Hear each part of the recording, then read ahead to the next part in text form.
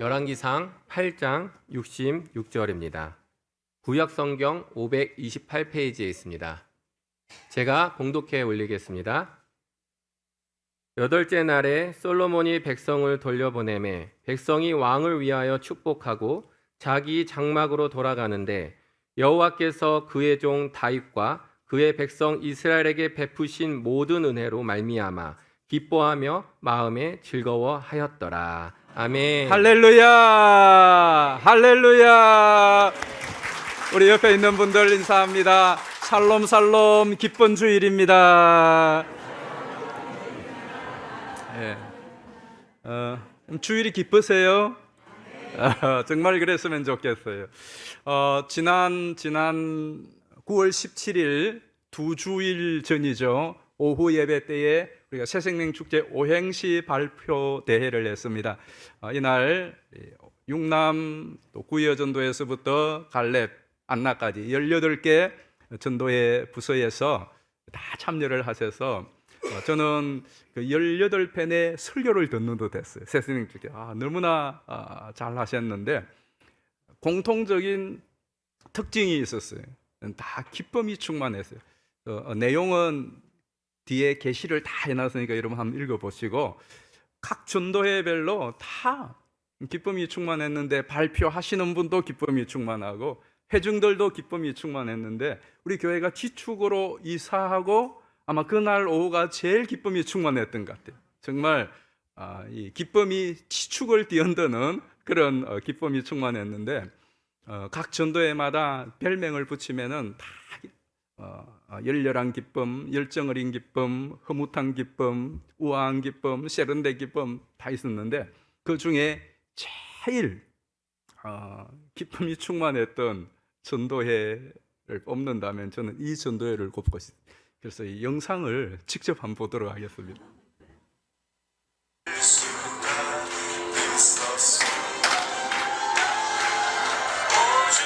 네, 저게 압권이죠.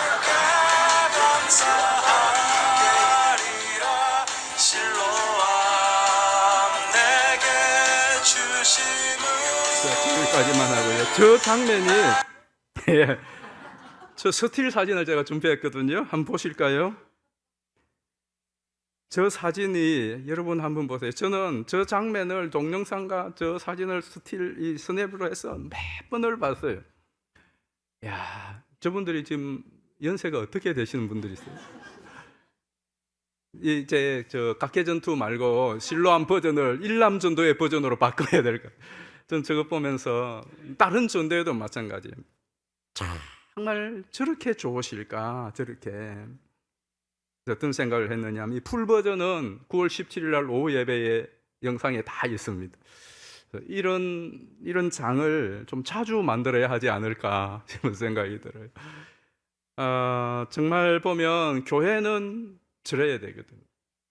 우리가 과거로 한번 돌아가 보면 도회지 교회나 또 농촌의 교회나 할 것 없이 주일이면은 가장 좋은 옷, 그래서 그 옷을 다리고 또 깨끗하게 차려입고 또 머리 손질하고 얼굴 다듬고 그래서 정말 기쁘고 즐거운 마음으로 교회를 왔어요. 그리고 와서는 북치고 손뼉치고 찬송하면서 또 설교 시간에 동성기도 시간에는 또 펑펑 울기도 하고 실컷 울었는데 다 나갈 때는 기쁨과 은혜가 충만하여서 교제하고 그러니까 그때의 삶이 너무 팍팍하고 힘들고 어려웠지만은 근데 교회 와서 예배드리고 교제하고 나면 그렇게 기쁠 수가 없었지 않습니까? 그때의 목사님들 설교가 그렇게 세련됐습니까? 지금처럼 그러지 않았어요.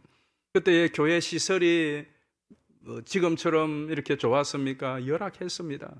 그리고 성도 여러분들의 삶도 지금처럼 여유롭지 않았어요. 그때는 너무나 행편들이 다 어려웠습니다. 그럼에도 불구하고 주일날 교회 가는 것이 기쁨이었고 교회 오면은 왠지 모를 그 기쁨이 있고 은혜가 있었어요. 아무것도 없는데 없는 사람들끼리 모여서 열악한 그 교회 환경에서 정말 그 기쁨이 있었고요. 그걸 가지고 또 그렇게 힘들고 어려운 시절 또 한 주간을 또 살아내며 주일을 기다리면서 그렇게 지냈던 기쁨이 있었습니다. 기쁨이라고 하는 이 주제는 구약과 신약 전 성경을 관통하는 대주제입니다. 성경을 한번 보십시오. 하나님을 나타낼 때에 하나님은 기뻐 춤추시는 분으로 나타났어요. 이스라엘 백성들은 구약 성경에 보면 찬양과 감사에 넘치는 기쁨의 예배와 절기의 축제를 드렸습니다. 신약 시대에도 마찬가지죠. 그 행편을 불문했어요. 자기들의 처지를 어떤 때는 불문하고요. 정말 하나님 앞에 때마다 기쁨의 즐거움의 그런 축제의 예배와 제사를 드리고 하나님은 그걸 기뻐하시고 다윗은 왕이었지만은 하나님 때문에 기뻐 춤을 추고 하나님도 그러한 이스라엘로 인하여서 하나님 백성으로 인하여서 기뻐 춤을 추시고 이 신약 시대에도 마찬가지지 않습니까? 그래서 느헤미야에 보면 여호와를 기뻐하는 것이 너희의 힘이라고 그랬어요. 우리가 이 세상을 살아가고 고난과 시련과 우울을 슬픔을 이겨낼 힘이 뭐냐? 하나님을 기뻐하는 것이고요. 사람의 제일 된 목적은 다 같이 거기까지 하실 줄 알았어요. 그 다음이 더 중요해요. 사람의 제일 된 목적은 하나님을 영화롭게 하며 영원토록 그를 즐거워하는 것이다 그랬어요. 이게 하나님의 창조 원본이에요. 하나님은 우리 때문에 기뻐하고 즐거워하며 우리는 하나님 때문에 기뻐하고 즐거워하는 거예요. 이게 하나님의 창조 원본인데, 그런데 세월이 지나면서 이 기쁨이 점점 소실되어 세상도 그렇고 교회도 그래요. 2013년도에 다니엘 투더라고 하는 분이 기적을 이룬 나라, 기쁨을 잃어버린 나라라는 제목의 책을 썼어요. 저 책인데, 저 다니엘 투더는 영국 사람이 옥스퍼드대에서 정치, 경제, 철학을 공부하고 2002년도에 월드컵 보려고 한국에 왔어요. 그 월드컵 때 굉장했지 않습니까? 제가 2002년도에 교회 부임했는데 부임하자마자 월드컵을 하느라고 정말 기쁨이 온 나라가 기뻐했습니다. 교회도 기뻐했고. 그래서 이 한국에 월드컵 구경하러 왔다가 한국에 매료되어서 영국으로 돌아갔다가 2004년도에 한국으로 왔어요. 다시 와서 한국에서 영어 강사도 하고 또 한때는 특파원으로 근무하기도 하고 그리고 또 정권회사에서 근무하기도 하고 2017, 18년도에는 청와대의 해외 언론 비서관으로 근무를 하기도 했어요. 이분이 한 10여 년 한국에 생활을 하면서 느낀 점을 기록한 책입니다. 그런데 이 나라를 다 보니까 기적을 이룬 나라죠. 그런데 동시에 기쁨을 잃어버린 나라. 이분이 그 책에서 한국을 어떻게 규정했느냐 하면 세계에서 가장 경쟁적인 사회가 한국은 이 세계 중에서 가장 경쟁심이 치열한 사회라. 그리고 한국이 그 가난을 벗어나서 선진대국에 우뚝 서게 한 힘이 뭐냐? 경쟁의 힘이었다는 거죠. 그러고 보면 그런 것 같아요. 옛날에 우리 어르신들은 뭐라고 그래? 돈 내기라고 그랬습니까? 우리는 일하라고 하면은 잘 아는데 서로 경쟁 붙이면은 이거 죽을 땅 쓸 돈 모르고 하는 거예요. 그래서 그 경쟁의 힘이 이 한국의 가난을 극복하고 경제 선진대국에 올라서게 하는 힘이었다고 보는 거예요. 그런데 어느 순간부터 이 경쟁심이 한국인들을 괴롭게 하는 심리적인 원인이 되었다는 겁니다.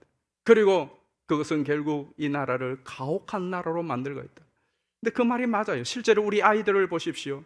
이 어린 아이들은 유치원 때부터 고등학교 때까지 아이들에게 이 나라는 너무 가혹한 나라입니다. 여러분 어머니 아버지들 보십시오. 뭡니까? 그 아이들의 꿈을 심어주고 그 아이들의 꿈을 키우고 초등학교 때는 초등학생으로서의 그 정서와 그 꿈을 키우고 중고등학교 때는 그 청소년의 그 꿈과 또 모든 그 특징을 살려서 하고 이런 거 없습니다. 유치부 때 뭐 시키죠? 지금 뭐 시킵니까? 1등하고 어느 대학에 어느 쪽에 들어가도록 그거 다 경쟁해야 되는 거죠. 경쟁의 틈바구니로 아이가 유치부터부터 고등학교 졸업할 때까지 집어넣습니다. 학원이고 학교고 부모들고 다 그래서 너 점수 내려가면 안 돼. 올라가야 돼. 점수 올라가는 것은 객관 점수가 올라가는 게 주관이거든. 너 이번에 3등 했잖아. 1등 해야지. 그 경쟁 속에 아이들에게는 너무 가혹한 거 아닙니까? 우리 어른들은 여러분 10대 때에 초등학교 때에 전 또 그랬고 우리 여기 한 60대 이상 되신 분들은 안 그렇잖아. 50대. 그런데 지금은 경쟁 사회 속에 너무나 가혹한 대학 들어가면 어떻습니까? 회사 들어가면 어떻습니까? 거기서도 끊임없는 경쟁해야 됩니다. 이러한 경쟁심이 한때는 이 나라를 부강한 나라로 세우는 큰 역할을 한 것 같은데 이제는 그것이 이 나라의 괴로움이 되고 가혹한 현실로 지금 내닫고 있다는 거예요. 그러면서 이분이 이 책을 기록한 목적을 이렇게 서술했어요. 그게 참 가슴에 와닿더라고요. 자, 한번 보실까요? 그런 끝없는 경쟁이 얼마나 부자연스럽고 건강하지 않을 수 있는지에 대해 단 한 사람이라도 공감해 주기를 바라는 마음과 스스로 성공이라고 여겨왔던 것의 가치를 한번 되돌아봐 줄 사람이 한 명이라도 생긴다면 매우 기쁜 일일 것이다. 이 한 명이 생겨서 이분은 기쁠 거예요. 여러분 공감이 되지 않습니까?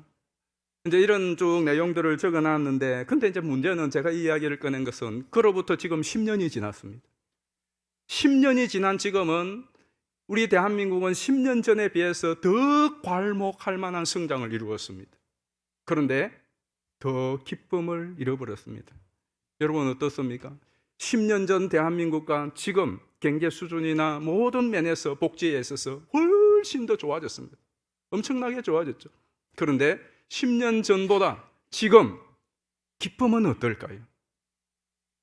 저나 우리 교회는 아니에요.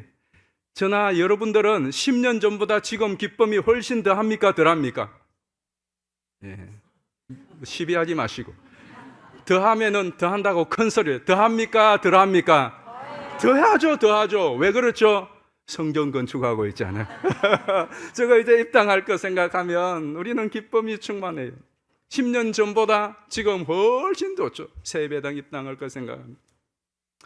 근데 말입니다. 우리 중에도 그렇지 않나? 우리 중에 그렇죠. 이 세상을 보면 10년 전보다 그렇게 더 좋아졌는데 더 기쁨은 많이 잃어버렸어요. 여러분 자신을 한번 생각해 보세요. 교회 와서는 그렇지만 여러분 집에서, 여러분 직장에서, 사업장에서 우리의 또 자녀들을 한번 보십시오. 얘네들이 10년 전보다 기쁨이 더 충만한가? 아니면 기쁨을 잃어버렸는가? 근데 행패는 더 좋아졌어요. 전체적으로. 지금 어렵다고 하지만 그래도 10년 전보다 나은 분들이 많아요. 썸썸이를 보십시오. 생활하는, 소비하는 것을 보십시오. 어디서 돈이 생긴 겁니까? 지출이 그만큼 많다는 것은 그만큼 빚이 물론 늘어가는 분도 있어요. 그러나 그만큼 수입도 있다는 것이. 뿐만 아니라 이 나라의 복지는 훨씬 좋아졌습니다. 그런데 이 기쁨을 우리가 잃어버린 이 원인이 무엇일까? 그러면서 지난 2주 전에 그 오후 예배를 드리고 나서 오행시 발표를 하면 저도 너무 행복하고 기뻤어요. 너무 행복하고 기뻤어요. 그리고 그 영상을 가끔씩 보면서 그 전도에 다 18개의 쌀 또 한 번 보면서 정말 너무너무 좋더라고요. 우리 교회가 자주 이랬으면 좋겠다. 주일마다 이랬으면 좋겠다는 마음이. 근데 지난주 월요일 날 매일 성경을 하는데 매일 성경, 오늘 읽은 본문이 매일 성경 본문이거든. 지난 주일날 매일 성경 본문에 이스라엘 백성들이 마음에 기쁨이 충만해서 돌아가는 모습을 보면서 우리도 그랬으면 좋겠다 하는 이런 마음이 막 솟는 거예요. 우리 66절 다시 한번 보실까요? 8째 날에 솔로몬이 백성을 돌려보내매 백성이 왕을 위하여 축복하고 자기 장막으로 돌아가는데 여호와께서 그의 종 다윗과 그의 백성 이스라엘에게 베푸신 모든 은혜로 말미암아 기뻐하며 마음에 즐거워하였더라. 자, 기뻐함에 마음에 즐거워하였더라. 마음의 기쁨이 충만하였다는 거예요. 그냥 외적인 기쁨만이 아니라 마음에서 나오는 기쁨, 이 기쁨과 즐거움이 충만하였는데, 여러분 이 기쁨과 즐거움이 그러면 어디에서 온 것일까요? 어디에서? 여호와께서 베푸신 모든 좋은 것들로 말미암아, 모든 선한 것들로 말미암아, 모든 은혜로 말미암아. 그런데 여호와께서 베푸신 그 은혜, 그래서 여러분 교회 생활하면서 은혜 받으면 기쁘죠. 상황이 어떤든 간에 오늘도 여러분이 오실 때는 너무나 열받아서 오셨지만은 설교 시간에, 찬송 시간에 기도를 듣다가 은혜 받으면은 다 눈 녹듯이 녹아지지 않습니까? 은혜 받으면. 근데 무슨 은혜냐 이게? 이스라엘 백성들이 이렇게 기뻐하고 즐거워하는 그들이 받은 은혜는 뭘까요? 은혜는 뭘까요? 그것은 바로 성전 건축과 봉헌입니다. 성전 건축과 봉헌. 지금 저들이 성전을 건축하고 봉헌식을 하고 이제 다 마치고 너무너무 기뻐서 즐거워서 돌아가거든요. 그렇다면 여러분 생각해야 될 것은 성전 건축과 성전 봉헌이 어떤 의미와 의의가 있길래 이렇게 기뻐하는가? 그것이 왜 하나님의 은혜요, 하나님의 자비요, 하나님의 굿싱인가 하는 것이에요. 한번 생각해 보실까요? 성전 건축의 의의가 무엇입니까? 성전 건축한 것을 봉헌한다는 의미는 무엇입니까? 이게 왜 하나님의 모든 은혜의 집합물일까요? 은혜의 집합물일까요? 그것은 이렇습니다. 성전 건축과 성전 봉헌의 의의는 또 의미는 두 가지가 있습니다. 한번 자막을 보실까요? 첫 번째는 이 성전 건축은 하나님의 언약, 약속의 성취의 증거물입니다. 두 번째로 성전을 봉헌하였다는 것은 이제 하나님의 것으로 하나님의 임재, 하나님의 그 임마누엘의 정표가 되는 것입니다. 이것은 모든 은혜의 집산제고 이것으로 인하여 이스라엘 백성들은 너무나 기쁘고 즐거웠다는 거예요. 자, 이제는 그 내용을 한번 살펴보십시다. 65절 말씀을 보겠습니다. 그때에 솔로몬이 7일과 7일 도합 14일간을 우리 하나님 여호와 앞에서 절기로 지켰는데 하맛 어귀에서부터 애굽강까지의 온 이스라엘의 큰 회중이 모여 그와 함께 하였더니. 아멘. 자, 그때는 봉헌식 때입니다. 지금 봉헌식을 말하고 하는데, 그런데 중요한 것은 하맛 어귀에서부터 애굽강까지 이 지맥을 덜추어내고 있는 거예요. 왜 지금 이 지맥을 덜추어내고 있느냐? 하맛 어귀는 이스라엘의 최북쪽 경계 지역을 말합니다. 그리고 애굽강은 이스라엘의 최남단 경계 지역을 말해요. 그래서 굳이 이 지명을 덜추이면서 모든 백성들이 모여서 장막절을 지키며 이제 성전 봉헌식을 한다라고 하는 이유가 있어요. 그것은 창세기 15장으로 돌아가 보면 합니다. 자, 한번 볼까요? 창세기 15장 18절입니다. 그날에 여호와께서 아브람과 더불어 언약을 세워 이르시되 내가 이 땅을 애굽강에서부터 그 큰 강 유브라데까지 네 자손에게 주노니. 아멘. 자, 그날에 여호와께서 아브라함과 더불어 언약을 세워 어떤 약속을 했단 말이죠. 그런데 애굽 강에서부터 큰 강 유브라데는 북쪽을 경계하고 있는 이스라엘 지역, 내가 다 너희에게 주겠다라고 약속을 했어요. 그때가 언제냐? 하나님이 아브라함을 밤에 불러내어서 하늘의 별을 보라고 했어요. 하늘의 총총한 그 별을 보면서 하나님께서 너 저 별과 같이 바다의 모래알과 같이 너의 자손을 번성하고 하고 민족을 이루게 하리라 그랬어요. 근데 아브라함이 뻥입니다. 지금 내 나이에서 자식 하나 없는데 어떻게 됩니까? 하나님이 징조를 약속을 보여주겠다고 합니다. 그리고 그 약속으로 아브라함이 염소와 양과 소와 비둘기를 잡아서 하나님 앞에 제사를 드리는데 그 짐승 쪼갠 상의로 횃불이 쫙 지나가게 합니다. 기적이죠. 봐라, 내가 너의 약속을 반드시 지킬 것이야. 아니면 나 죽을 거야. 그렇게 말씀하는 거예요. 그리고는 그 약속을 하고 바로 18절에 이 말씀을 하신 거죠. 무슨 약속? 너 민족을 애굽강에서 유브라데까지 오늘 하맛 어귀까지 이쪽에 가득하여 평안히 거주하게 하도록 하겠다 한 거예요. 근데 이 약속이 지금 이루어진 증거가 뭐냐? 이 성전 건축이라는 거예요. 자, 그거를 그러면 열왕기상 8장 56절에 솔로몬이 어떻게 말하고 있는지 한번 보십시다. 여호와를 찬송할지로다. 그가 말씀하신 대로 그의 백성 이스라엘에게 태평을 주셨으니 그 종 모세를 통하여 무릇 말씀하신 그 모든 좋은 약속이 하나도 이루어지지 아니함이 없도다. 아멘. 이 모세를 통하여 하신 그 모든 좋은 약속이 뭐였느냐 하면 신명기 12장 10절에 나와요. 하나님께서 이제 가나안 땅을 주시고 그 가나안의 대적들을 다 파하시고 그 가나안에 안식하며 평안히 거주하게 하신 때에 11절에 보면 너희가 내가 지정하는 그곳에 예물을 가져 제사를 드리라. 이 성전 건축 이야기를 한 거거든요. 그런데 그 일이 사실은 언제 이루어지느냐 하면 사무엘하 7장 1절에 이루어집니다. 사무엘하 7장 1절 우리가 잘 알고 있죠. 다윗이 여호와께서 모든 사방의 대적을 파하게 하신 때 왕으로 궁에 평안히 거하게 하신 때에 다윗이 뭐 하려고 그랬죠? 성전 건축하려고 그랬잖아요.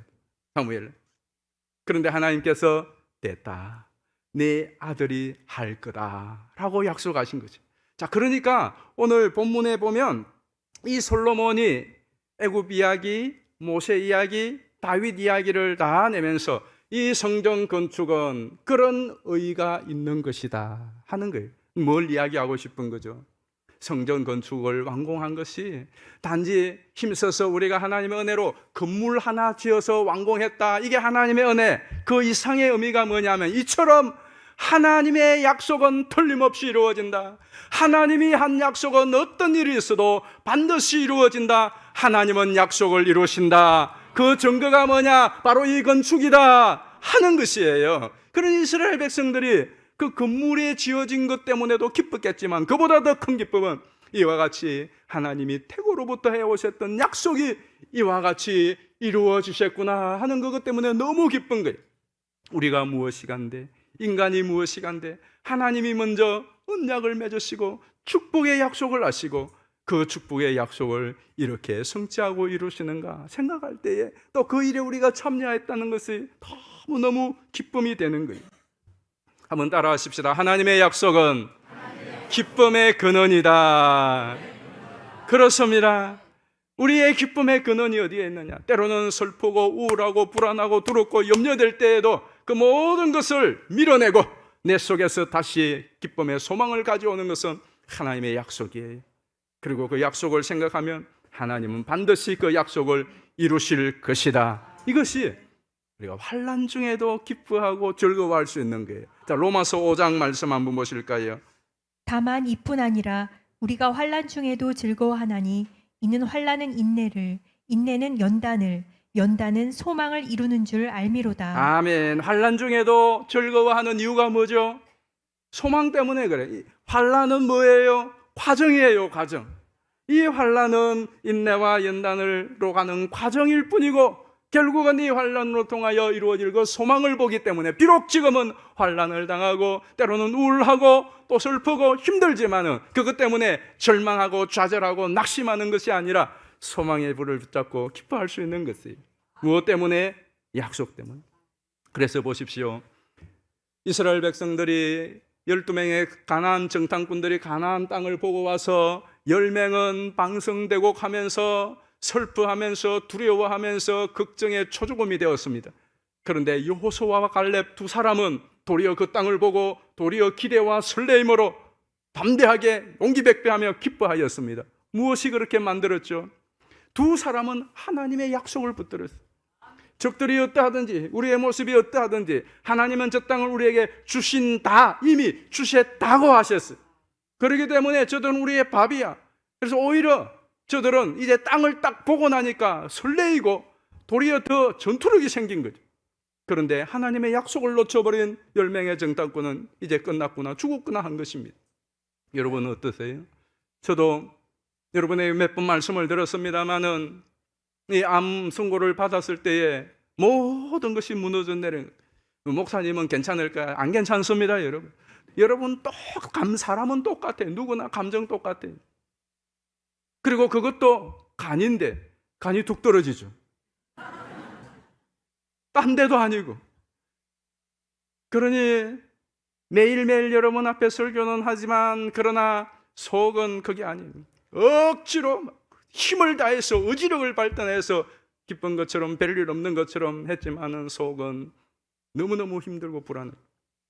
이렇게 2주가 지났는데 하나님께서 말씀을 주셨어요. 예레미야 29장 11절에 말씀을 주셨습니다.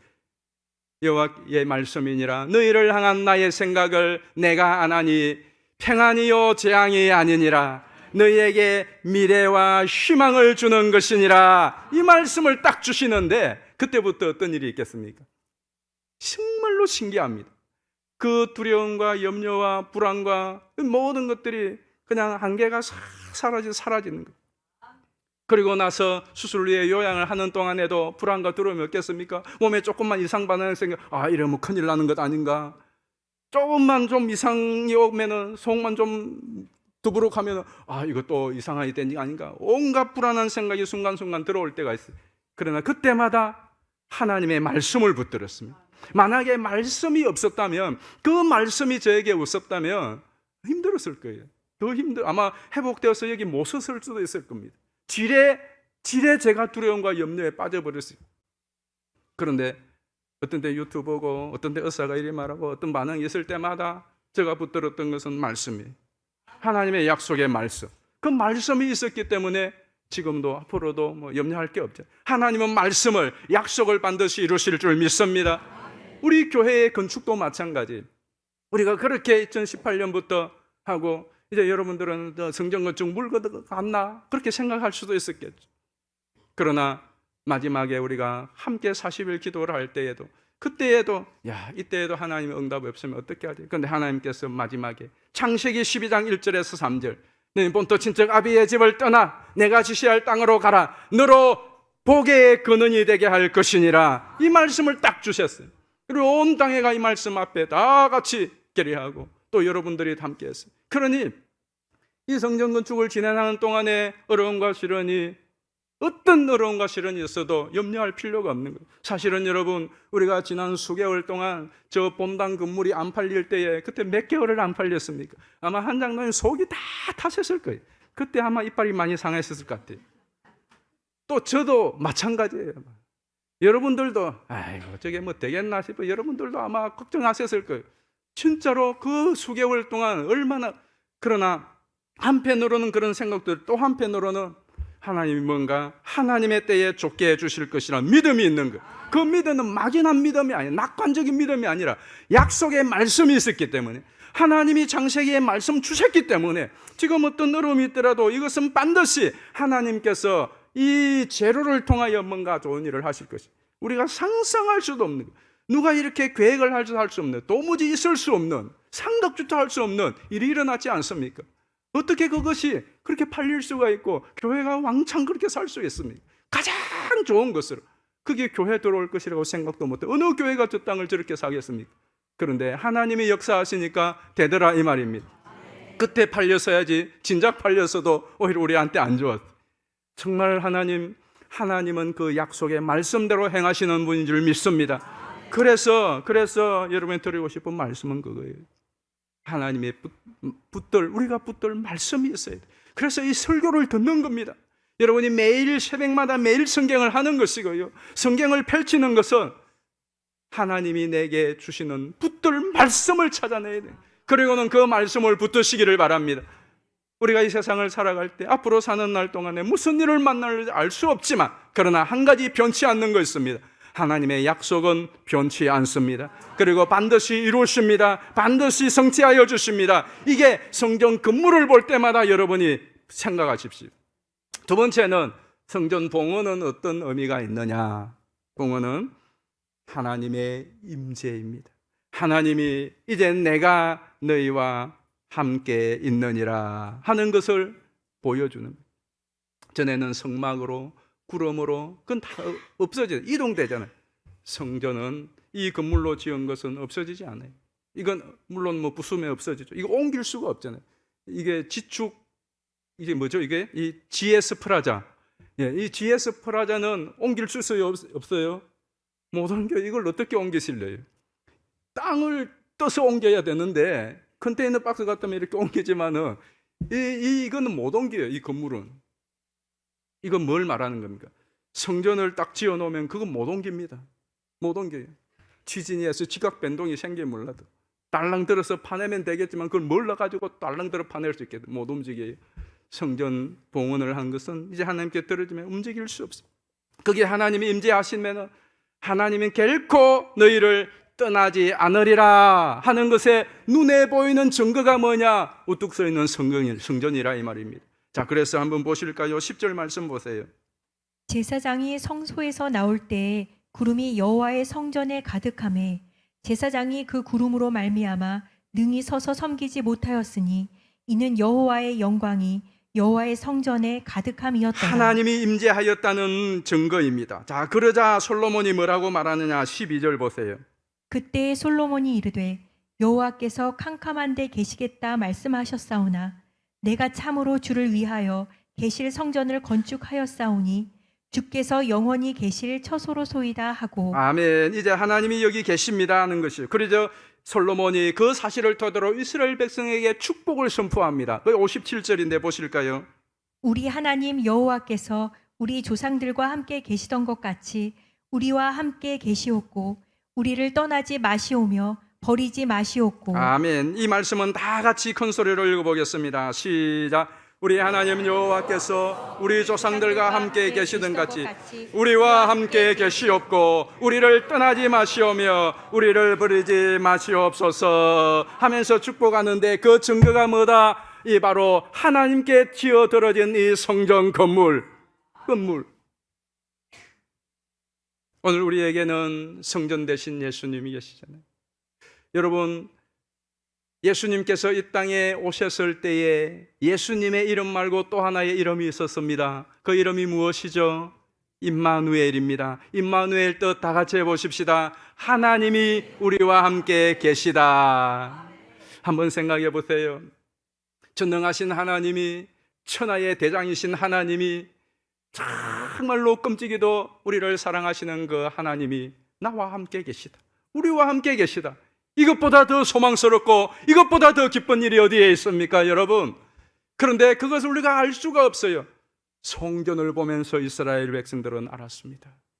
성전이 거기에 떡 있는 것을 보면서 하나님이 우리와 함께 계시구나 하는 것을 깨닫고 슬프고 힘들고 어려울 때에 성전이 보이지 않는 곳에서 살아가다가 힘들다가 성전이 보이는 곳으로 와서 성전을 보면서 맞아, 하나님이 함께 계시지. 그것 때문에 다시 힘을 얻고 또 소망을 가지고 그리고 그 소망과 힘으로 인하여 또 힘차게 기뻐하면서 현실을 뚫고 나갔던 것입니다.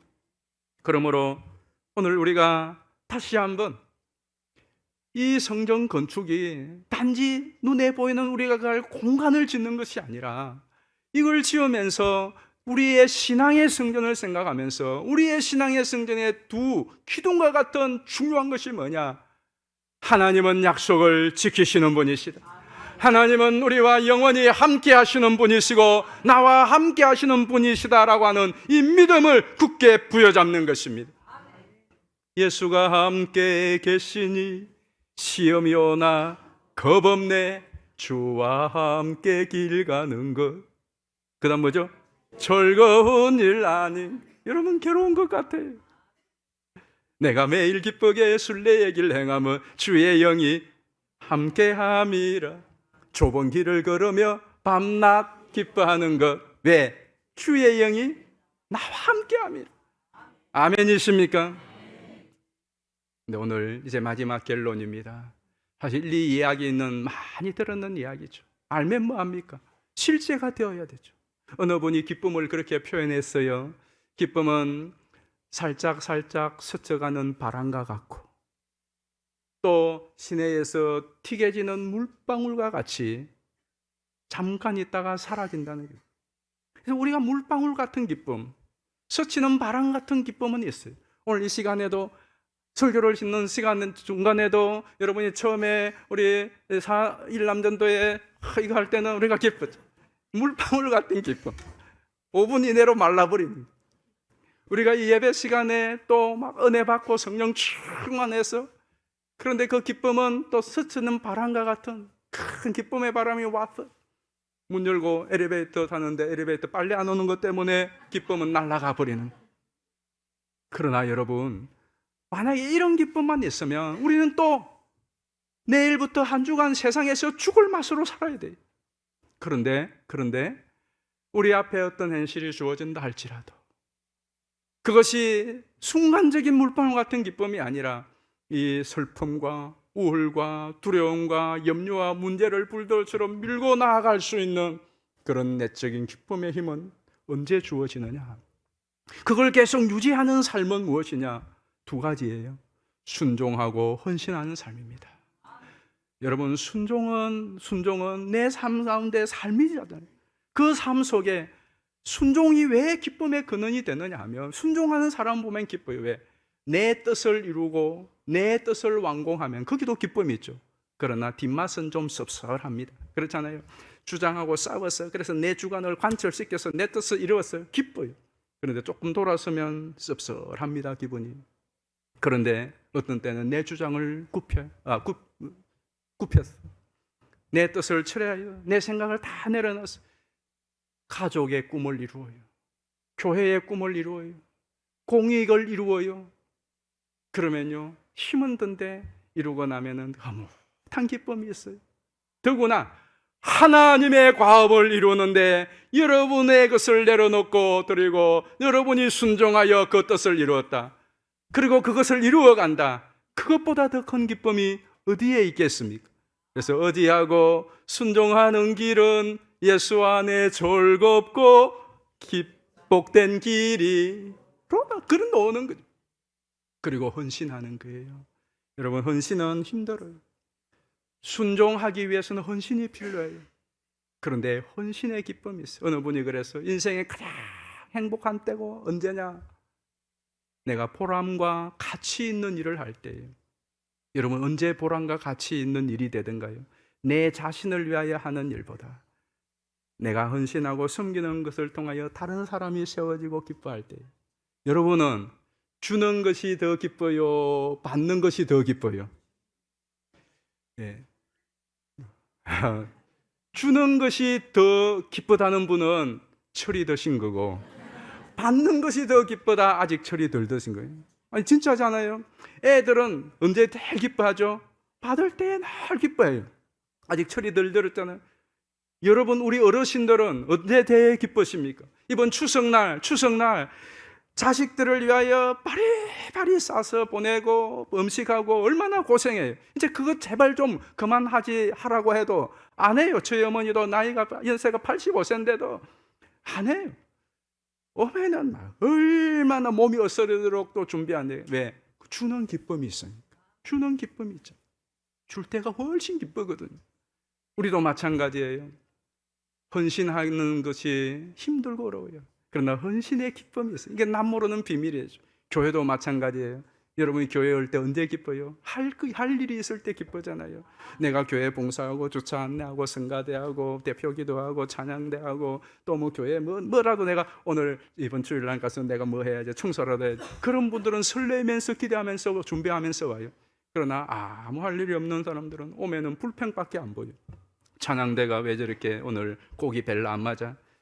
목사님 설교가 오늘은 왜 이렇게 또 좀 이상한 소리를 해? 장로님 기도가 왜 버벅대? 또 오다가 이게 뭐 꽃집이 왜 떨어져 있어? 이게 왜 청소는 안 돼서 온갖 불평밖에 보이지 않아요. 그러나 여러분, 내가 섬기고 헌신하는 것으로 오면요, 그런 거 안 보여요. 오히려 섬겨야 될 대상 때문에 설레고 기쁨으로 올 수 있어요. 그래서 여러분이 실제로 찰나적인 기쁨이 아니라 내가 하나님이 주시는 하나님의 임재를 경험하고 하나님의 역사를 경험하는 그 기쁨을 맛보기를 원한다면 여러분이 실제로 하나님의 말씀에, 하나님의 뜻에 여러분을 순종시켜 보십시오. 그리고 헌신해 보십시오. 그때에 하나님의 임재를, 도우심과 역사를 경험할 수가 있어요. 그리고 나누는 거예요. 기쁨을 전하는 거죠. 복음을 전할 때에 제일 서울 서교회가 1년 중에 언제가 제일 기쁜 날인 줄 압니까? 그렇죠. 새생명 축제할 때가 제일 기쁜 시즌이에요. 이건 지금까지 보니까 그래요. 지금까지 힘들어요. 새생명 축제 한다고 10만 시간 기도 오래는 하지 않은 10만 시간까지 새생명 축제할 때 힘들어요. 그런데 여러분 모두의 얼굴에 마음에, 사람들도 그래요. 저 교회는 10월 달 되면은 기쁨의 시즌이에요. 여러분도 그렇잖아요. 이제 여러분 추석도 지나고 무슨 재미로 사실래요? 그러나 우리에게는 새생명 축제가 남아 있습니다. 그리고 새생명 축제 끝나면 또 무슨 재미로 살아요?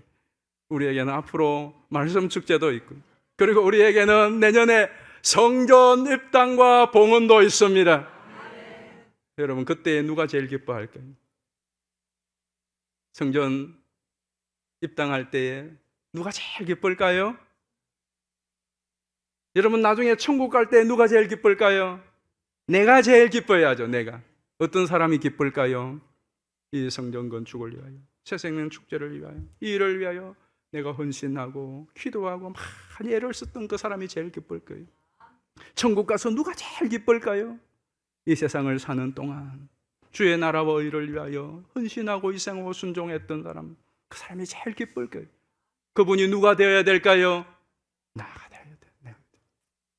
그래서 저는 우리 서울 속의 개인, 가정, 부서, 기관마다 다시 하나님이 주시는 주님으로 인한 기쁨이 충만하기를 축원합니다. 이 기쁨을 그리고 많이 이 땅에 퍼나르기를 예수님의 이름으로 축원합니다. 우리 함께 찬양하십시다. 오늘 우리 부를 185장 찬송 185장입니다. 우리 힘차게 박수치면서 이 기쁜 소식을 온 세상 전하세 찬양. 이 기쁜 소식을 이 기쁜 소식을 온 세상 전하세. 큰 환난 고통을 당하는 자에게 주 믿는 성도들 다 전할 소식을 성령이 오셨네.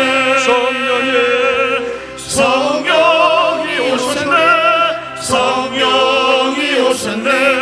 내 주님 보내신 성령이 오셨네.